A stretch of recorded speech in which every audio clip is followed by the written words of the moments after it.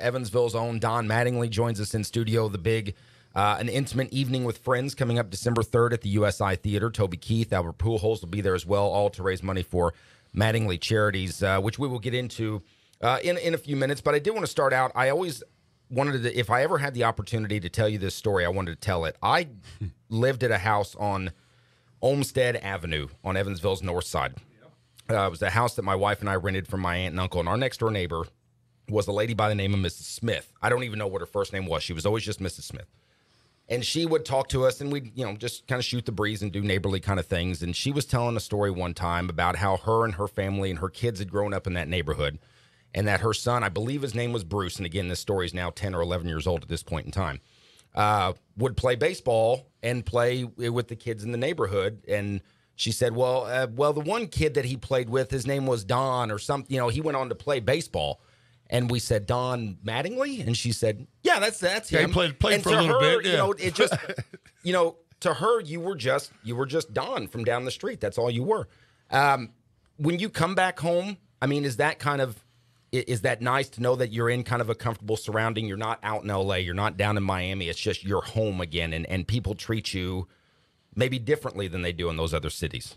You think about when you grow up and you're playing in the neighborhood. I remember hitting rocks in the alley. I'm hoping she's not one of the garages, because you try to hit them straight, right? And sometimes they would veer off. You hear a metal garage or something. Couple windows cracked. Yeah, and you're always a little nervous when you hear stories. But it was just so much fun when you grew up in that neighborhood over there, and probably a lot of neighborhoods, that you're playing ball out in the street. You're playing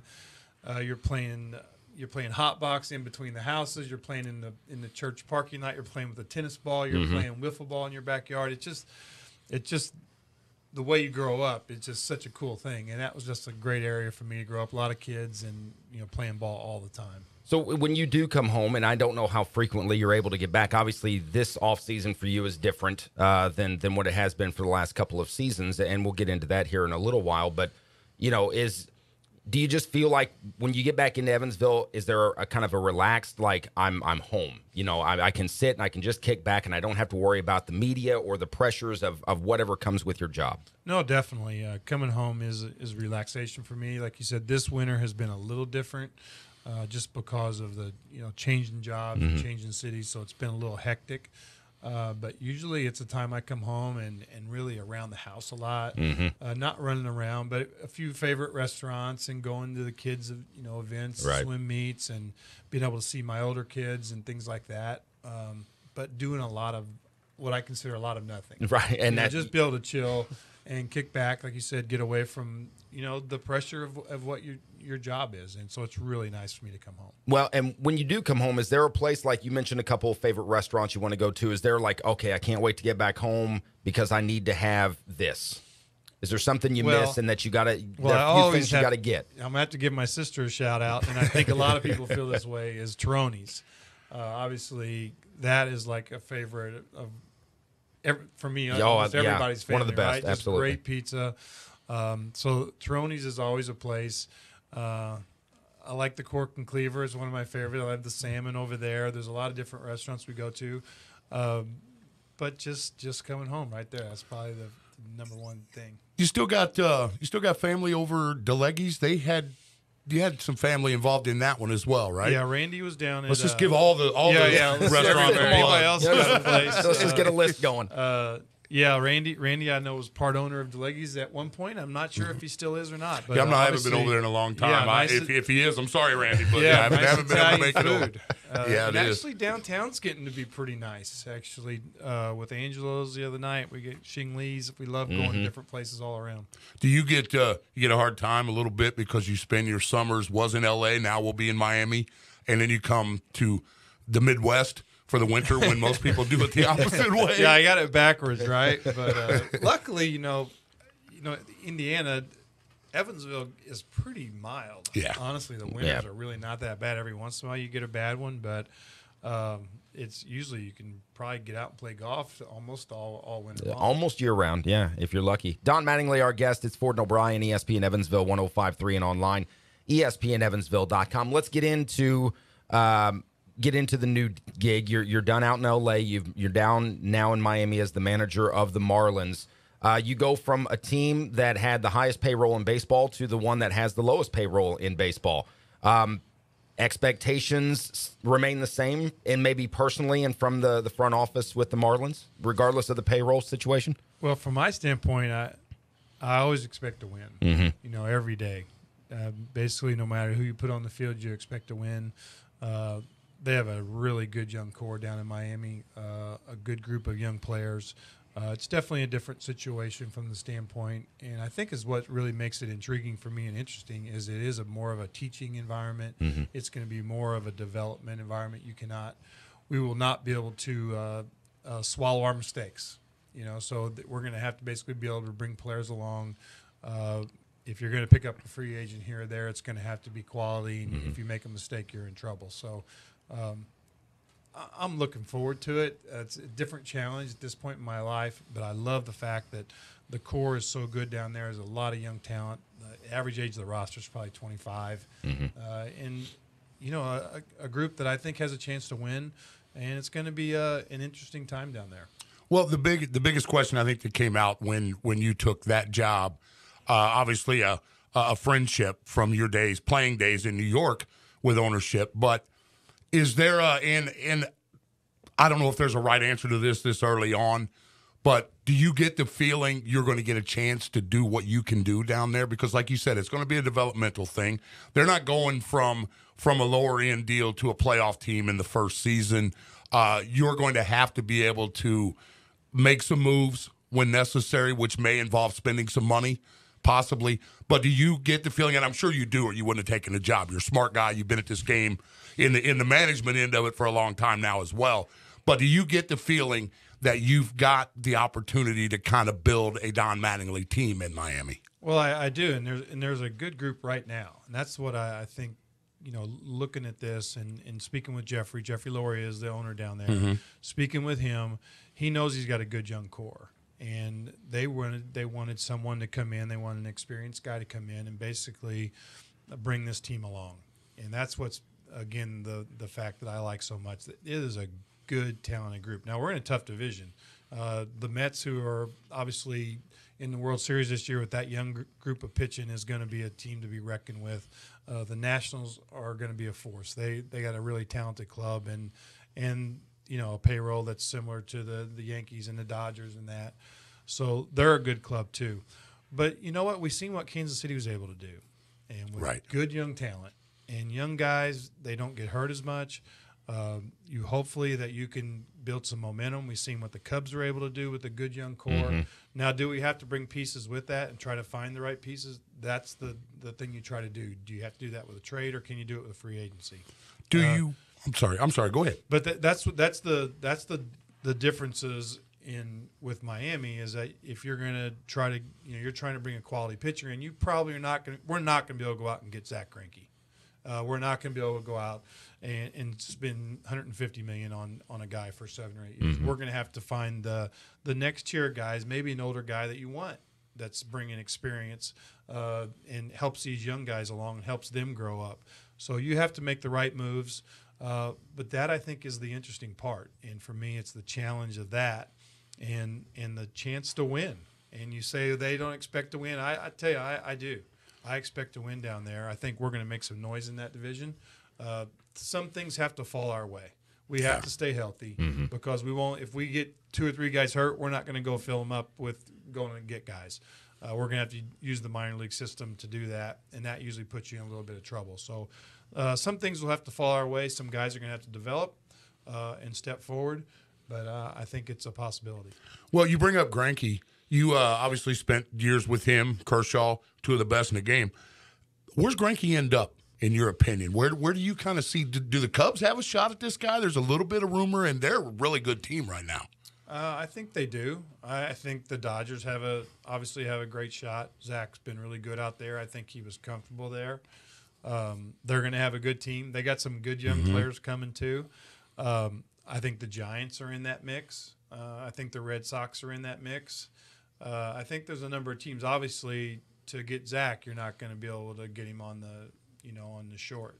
you're going to have to spend some money to get Zach. Oh yeah, and he's worth it. He's a guy that if anybody's worth it, he's one of the guys because he shows up every day. He's pretty much healthy. He's a guy that really knows how to pitch. A lot of people compare him to Maddox from the standpoint that as he gets older, they think he really knows how to change speeds, does a lot with the baseball. He's going to be able to continue to win as he grows and gets a little bit older.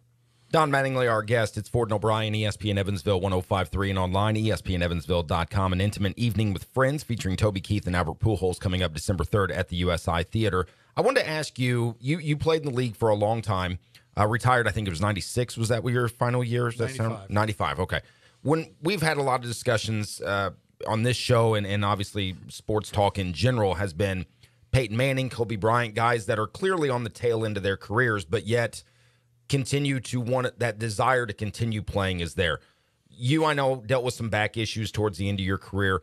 When and how did you come to the realization that the time was there to hang it up? Mine was simple. It was just family. It was kids. And I got to the point when the kids were staying home, playing ball during the summer. I would leave for spring training and, not really get a chance to see my boys through the course of the summer. They were finishing school here. Then they were playing Little League or Pony League or whatever they were into at that moment. And then I'd be back for the winter. And so I really was not seeing my boys grow up and be a part of that. And that really is what got to me. A lot of people say you're back, and a lot of people say other things, but it really was simply the boys and the fact that I knew if I signed another contract, Taylor was going to be in high school. Preston would have probably be just about in high school by the time I was done or almost finished. I wouldn't have had a chance to see him grow up, and that would have bothered me. That would have bothered me a lot more than those few years of being able to keep playing. When you are done with your day as, back with the Dodgers or the Yankees or even today now with the Marlins, and you've already had your game for the day and you just want to kick back, you get back to the house and you just want to watch another team, who are some of the younger players coming up in this league that you look at and go, this guy's good, or you really look forward to having an opportunity to watch them play? Well, a guy like Bryce Harper is an interesting guy to watch. He plays extremely hard, really talented, and seems to be, all of a sudden, he came up with a lot of fanfare, did pretty well, had some struggles in there, but last year obviously just took off. He's a guy you watch. The pitchers for the Mets are fun to watch because they're young and they're growing up. The kid Seager in L.A. is going to be incredible. Young shortstop, third baseman, whatever you want to say. This kid is a star, and he's incredible to watch.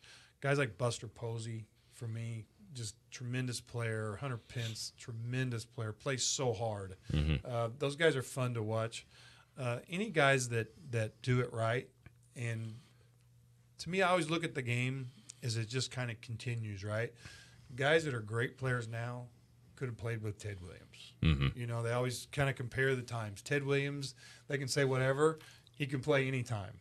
Those guys, great players, could play at any time or any era. Yeah. And that's what I like about watching young, talented guys play is that, hey, they could have played with Musial and Mantle and these guys. They would have fit and right Mattingly.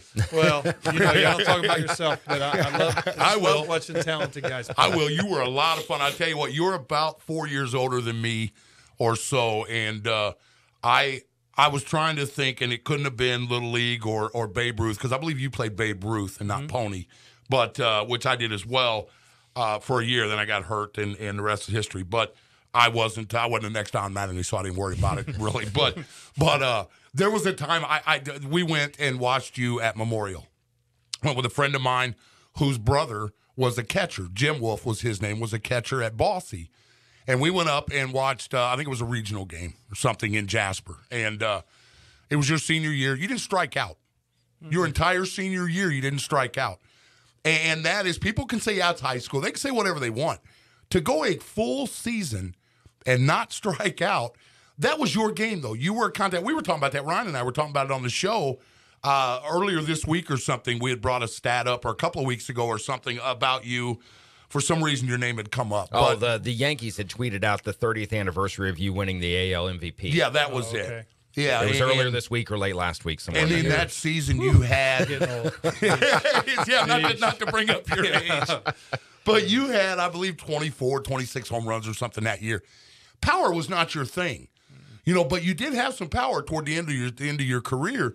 But your deal was kind of a Tony Gwynn, Wade Boggs, Don Mattingly. Those are the names that come up with the contact hitting and driving the ball into open gaps and lanes and it just that's a thing that people don't. And I know you're not going to talk about yourself, but we will.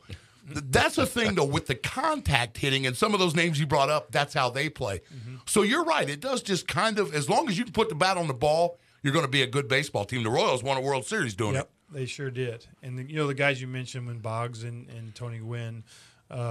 I grew up watching Rod Carew, and that's who I patterned who I wanted to be. I wanted to use the whole field, put the ball in play. Times have changed from the standpoint of when I was coming up at 2 strikes, you were taught to put the ball in play, choke up, put the ball in play, you have a chance. It's coming back to that a little bit more. There was a time there though that the strikeout just didn't matter. And all they cared about was a 3-run homer, and a strikeout was an out. That's all it was. Yeah. But now the thinking's changed with all the metrics, is that if you don't put it in play, you have 0 chance. So now at least percentages are coming back like, okay, it makes some sense to me again. Because I remember there was a time when I was a hitting coach in New York, and a guy told me, I said, we got to get this guy to put the ball in play. He said, I'd rather see him strike out than hit into a double play. And I'm thinking, that's backwards thinking, because if you don't put it in play, you have 0 chance to drive in a run or do anything. Mm-hmm. And so the game's coming back a little bit to put the ball in play. I'm glad to see that, because the strikeouts it just kills the game. Yeah. It seems like for me, so many guys, 200, 250. It's just crazy. But if they can get 35 homers, they're happy. Yeah, they'll take 200 strikeouts for the 30 homers. Well, I think that's going to change, though. I think that's coming back to the middle, where it's like, okay, we need some power. We do need some home runs, but we also got to put the ball in play, because pitching is just dominating this game right now. I mean, if we're watching pitching, it's just dominating offense. Hitting has went backwards. So I think guys that can put the ball in play are becoming more valuable again. Don Mattingly, our guest. It's Ford and O'Brien, ESPN Evansville 105.3, and online, ESPNEvansville.com. Now let's get to the real reason that you're here. You've got an intimate evening with friends. Toby Keith, Albert Pujols, you're bringing them along at the USI Theater December the 3rd. This is to benefit Mattingly Charities. And for those that aren't familiar with what what Mattingly Charities is all about, why don't you explain what the basis is for your foundation? Well, it's been a number of things over the years. It started off being making sure that places, seemed like there were so many groups that were having trouble with equipment, not having bats and balls and helmets and things like that. So we started off Mattingly Charities as an organization that would make sure that these places that were in need, that were receiving that. It's kind of turned more now. This is going to be an RBI, which is reviving baseball in the inner cities. It's through Major League Baseball. I look at it, and I think we look at it, and we're so happy about United Companies has been the title sponsor. Ron Romaine and United Companies just been great with us, and a lot of corporations here in town have supported us. So I want to thank those people. But this is about, for me, the opportunities that I've been afforded and the things that I've been able to do. I've been everywhere I've been from New York, Australia, Japan, LA, now Miami. And all that's because of sports and really the lessons. You learn so much from that competition, from losing. Honestly, you learn to be humble, but you learn to get back up. And these are the lessons I think that so many kids have a chance to learn. And that's what it's important for myself and Lori. We want to be involved with organizations that give these kids a chance to play, but also a chance to learn lessons from teachers, from mentors, from the kids you play with, you learn. So we feel like this is the perfect way for us to give back in this community. And it's really the first time that we've actually done our own thing. Been involved with the Night of Memories, who does a great job, and we're part of the field that will use it at the Boys and Girls Club of putting that together down there. So, but this is the first time we've actually done something ourselves here in town, and really proud of this event. Now, the USI Theater, is that the new one that on campus? We're not talking about the one over here off Barker Avenue anymore, are we? No, we're talking about the new one on campus. It's a beautiful facility. It's a small theater. It's under 300 seats. it's been cool the way this things came together, because I said something to Albert in spring training. I say, "Hey, Albert, I got something going on." He goes, "I'll be there." You know, it was so It's that easy. simple, huh? He didn't even know what he was doing. So I had to call him the other day just to let him know what he was going to be doing. And Toby was the same way. Toby, we become friends. I met him here at the stadium. We did a concert. He's a huge Dodger fan. And so some stories with that, and a bus and late nights and things like that. So we don't want to get into all those. But said the same thing with Toby. Told me I had an event going in December. He said, "I'll do it for you." He's coming in. And so that's kind of how it got, the intimate evening with friends. Guys have just kind of said, "Hey, okay, I'll come in for you." And we wanted the first one to really be an event that we kick it off with, to let people know that we're serious. We want to establish something here in town. And we know it's going to be a lot of hard work, and it's going to be ongoing. But the first one, we want it to be special, and these guys have agreed to come in for us. So this will be an annual thing, or at least that's the hope. Well, some type of an event. Some kind of thing. Maybe not to this scale. Obviously, you want to have kind of a big grand opening celebration kind of thing. And we want to be different. I mean, we want to continue to do anything. I know Kershaw does some things out in L.A. He'll do a ping pong tournament. And then they did a wiffle ball thing. Him and Albert did something together in L.A. Those are the type of things I want to be able to do, different things, so it's not the same event every year. Cornhole's big around here these days. I don't know. There you go. There, softball tournament, something. Play a little football in your day, a little basketball too. So you kind of do whatever you want. Yeah. Tickets are still available for this. You can get them through the website, mattinglycharities.org. We're actually sold out. Oh, you are sold out. Okay. But so again, an opportunity to thank the people that have helped us, United Companies and the number of corporations and the people that we're collaborating with. USI has been tremendous with us, with theater, helping us out. So just a number of companies that we're involved with. So they can still help by donating, correct? Yeah, absolutely. The donations, always accepted. MattinglyCharities.org. And we'll be, as the summer goes, we're going to be trying to outfit kids and make sure they have uniforms and things like that. We want to do it right. Make sure the kids have an opportunity to play and as much as anything, learn the game too. Yeah, that's a big part of it. I look at a lot of it as I'd love to start off at the T-ball level, get kids playing, making sure we're catching the ball and just learning the game and getting out and having fun. Well, it's been an absolute pleasure to have you here and talk some baseball with you. And best of luck. Obviously, I would say the event's a success already if it's already sold out, and continued success down in Miami with the charities, everything. It's been a pleasure. It's Don Mattingly. Again, he'll be starting a new gig down in South Beach here when the baseball season starts rolling around, and the intimate evening with friends coming up December 3rd at the USI Theater. If you don't have tickets, well, sorry, there'll be something else that you can do. Appreciate the time, Don, as always, and again, best of luck. All right, appreciate it, guys.